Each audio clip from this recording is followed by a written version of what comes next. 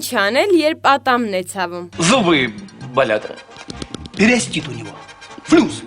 Մեզ անհանգստացնող ամենադաժան ցավերից մեկը ատամնացավն է։ Երբեմն անսպասելի ատամնացավը կարող է փչացնել մեր տրամադրությունը, քանի որ այն ուղեկցվում է սուր ցավերով։ Այդ իսկ պատճառով ատամնացավ նկատելու դեպքում պետք է անմիջապես դիմել ատամնաբուժի։ Սակայն եթե ինչ-ինչ պատճառներով չեք կարողանում դիմել ատամնաբուժի, բայց ցանկանում եք թեթևացնել տևական ցավը, ապա հետևեք մեր խորհուրդներին։ Ցավացող ատամի վրա դրեք հում բազուկի մի կտոր, սա արեք օրվա մեջ մի քանի անգամ։ Ցավացող ատամի վրա դրեք գլուխ սոխի մի կտոր, օրվա մեջ մի քանի անգամ։ Մանրացնել մեխակը այնքան, որ դառնա փոշի, ավելացնել այնքան ջուր, որ ստացվի թանձր զանգված եւ դնել ցավացող ատամին։ Սակայն այս միջոցները ժամանակավորապես են մեղմացնում ցավը, իսկ եթե ուզում եք արմատապես ազատվել ատամնացավից, ապա պետք է անպայման դիմել ատամնաբուժի։